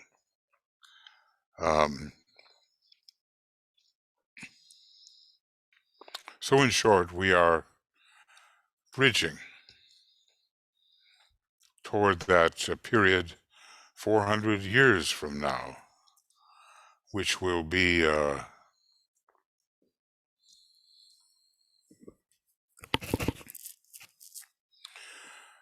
so well established in its telepathic usefulness and capabilities. Now, DK goes on. Those disciples who are working along this line are the nurturers of the seed of the future intuitional civilization which will come to its full glory in the Aquarian Age. So is he saying then that the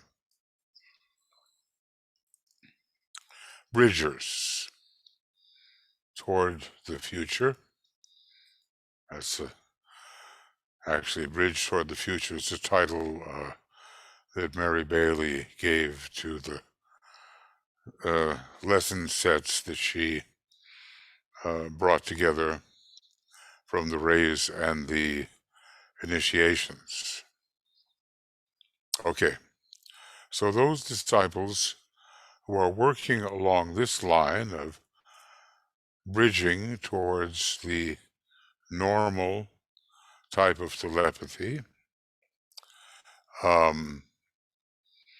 the nurturers of the seeds of the future intuitional civilization. The Aquarian Age will be an intuitional civilization. I think may I insert, there's no other way to bring about the sense of universality and inclusiveness and ultimately synthesis except through the through the intuition. The full, come to full glory in the Aquarian Age. When? We don't know exactly when, but probably not in the beginning when the tests of Saturn, the first decanate, will be so prominent. I would say, we go in line Aquarius, Gemini, Libra, and probably the full fruition will come liberty, fraternity, equality. I know it goes liberty, equality, fraternity in terms of the lords of liberation, but I do think that the last decanate will be ruled by Venus and the other Libran rulers. Now, this is interesting and important. Every time a hint pops out here, well, it may be a hint for me. Is it a hint for you? As we review the mass of material that is presented, we have certain things that leap off the page, and they are the hints. The intuition is the infallibly sensitive agent latent in every human being, to be brought into full functioning. It is based, as you know, upon direct knowledge, unimpeded by any instruments normally functioning in the three worlds.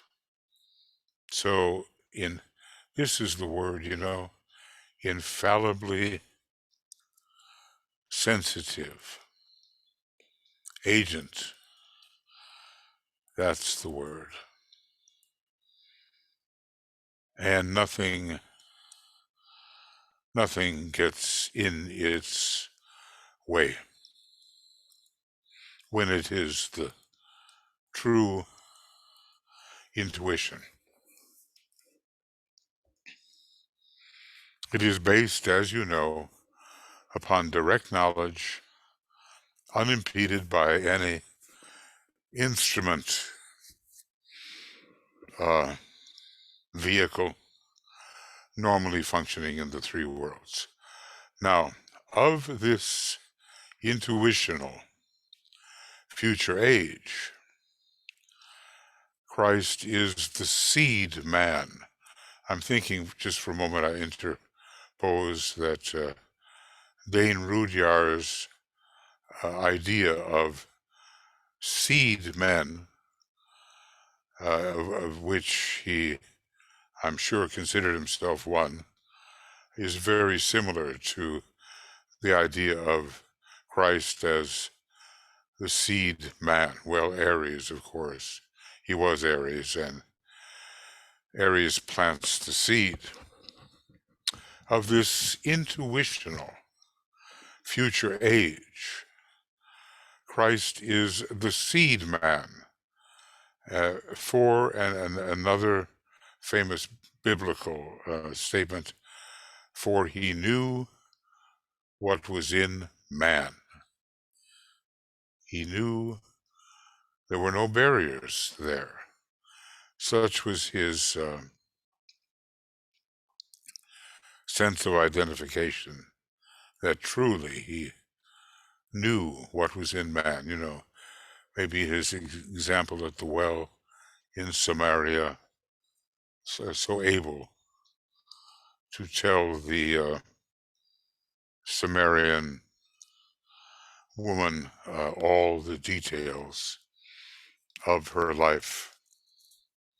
When you can really identify, and I suppose that may begin after the second initiation, but certainly goes on in greater measure, then you know what is in the human being, and you're not blocked by the usual kind of a personality vehicular responses. Going on with the Tibetan, today a group or a unit of groups can be nurturers of the seed of intuition, promising for our bridging, right? He goes on, the cultivation of sensitivity to telepathic impression is one of the most potent agencies in developing the coming use of the intuitive faculty.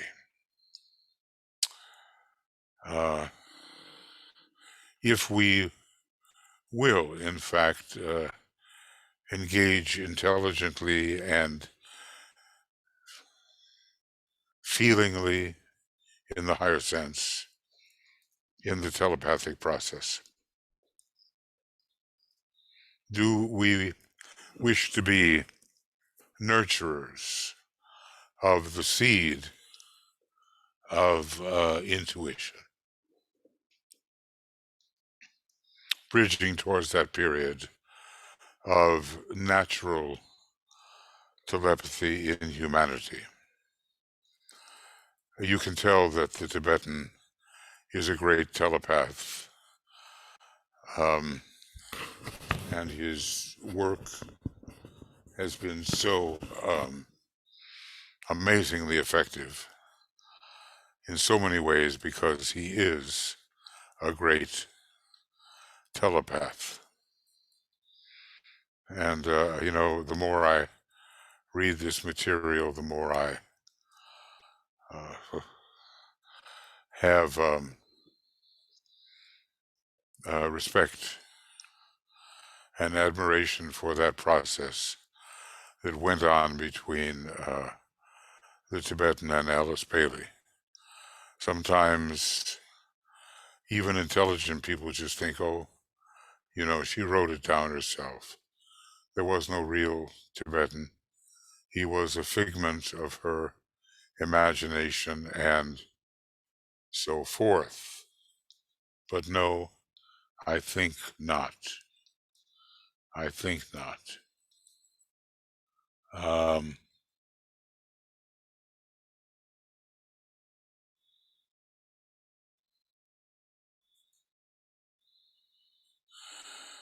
The truly telepathic man, or human being, of course, is responsive to impressions coming to him from all forms of life in the three worlds, but he is also equally responsive to impressions coming to him from the world of souls and the world of the intuition, which basically is a little higher than the world of souls. We do have to distinguish and discriminate. How sensitive are we really?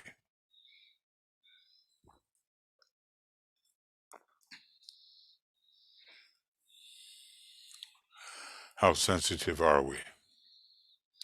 It is the development of the telepathic instinct, I guess, may I say it's inbuilt, which will eventually make a man a master in the three worlds and also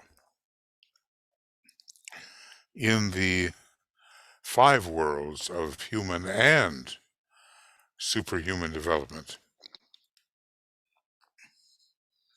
So here, DK is telling us how important is the whole telepathic process. We have to unfold or unveil the telepathic instinct.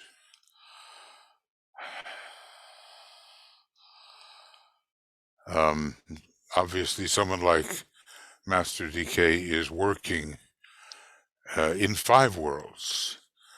If he were an ascended master, having gone through the ascension as the Christ did, he would be working in 6 worlds. And if he were a 7th degree Chohan, he would be working as the Christ can work now in 7 worlds, and the Buddha too. And by worlds, I mean cosmic subplanes, cosmic etheric subplanes in this case.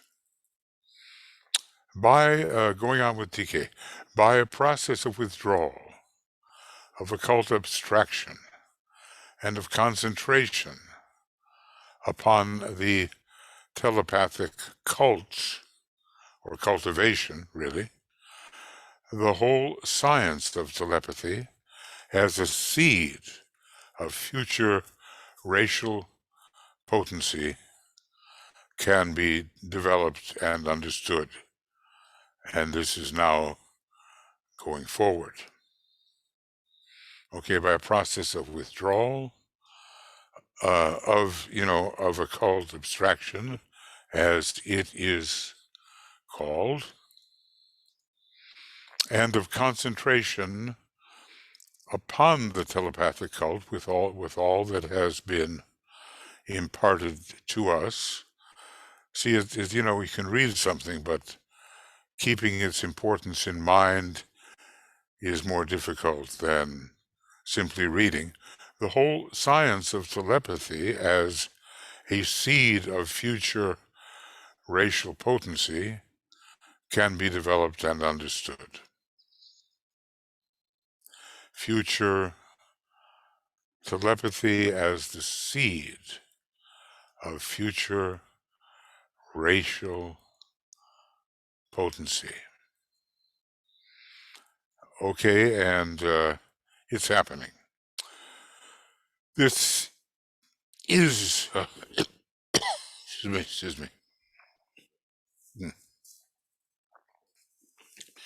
This is a process now going forward, and it is going on in 2 ways. Through the medium of telepathic groups and of telepathic people, and through the medium of exoteric scientific investigation. Now that's interesting, isn't it?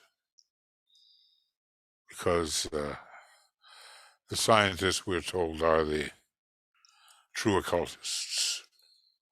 Those on the 5th ray are the true occultists. Well, maybe not exclusively so, but sufficiently. And as they ponder their particular very arcane focus, great ideas come to them. I'm thinking, of course, how that worked for Einstein and others like him. Anyway, going on with DK, the building of the thought form, which will accustom the race to the idea of telepathic work, is proceeding apace. Even then, almost 100 years ago. And, he goes on, the seed of this development is becoming very vital and powerful and germinating with real rapidity. And then another one of these great statements, it is, in the last analysis, the seed of masterhood. Now there's something to ponder. He tells us, I'm remembering, that if we fulfill the 15 injunctions in a treatise on white magic, about page 473, we have everything there to help make us a real adept.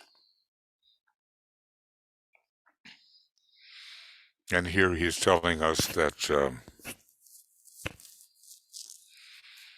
the growth of telepathy, the idea of telepathy, the acceptance of telepathy, the emergence of that innate something always within us that is telepathy,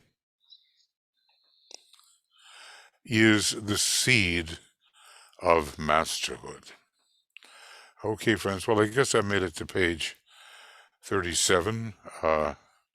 It is late, but not as late as some nights. So we're beginning on 37, and, well, you know, if I had to go back and say, this is exactly what we studied together, I don't think I would be able to do it. But in reading along, we have at least something of value. Certainly everything the Tibetan says is of value, and what I attempt to add here and there, it could always be better, but maybe it helps the lights to flash just a little. So this is the end of program 12, TEVVC, and basically we're dealing with, it's been the 26th and 27th. Oh, wait a second. Here it has been the 26th and 27th of October. And we started on page 31, and we went to page 37. Now, our next work will be program 13, Telepathy on the Etheric Vehicle, volume video commentary, and being, well, knowing what comes up. I had so many issues about cameras and technology today that I just was almost banished from being able to do this. At least we'll start on page 37. And we'll see how far we go. So as I say, I don't expect you, I don't expect myself to have in my memory right now all that has been covered, but I do know that the that which we can study has been presented to us. And the next thing is kind of a section number 6, and we will take that up when possible. There are so many distinctions here, and hard to keep them one from another, but overall a general impression of the value of telepathic work will be with us. We will be encouraged to bridge towards that period about 400 years ahead now, and we will know some of the means of bridging, which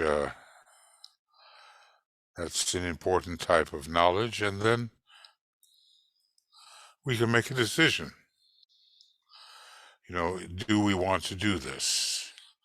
And even if we don't want to do this in the seed group sense, then still knowing a little something about this seed of mastership is already of value.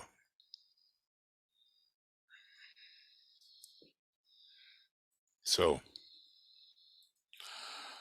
I'm going to call it a night here and ask PL and Joe and Michael and all to get this up on Makara and on our YouTube channel, Moria Federation Esoteric Education.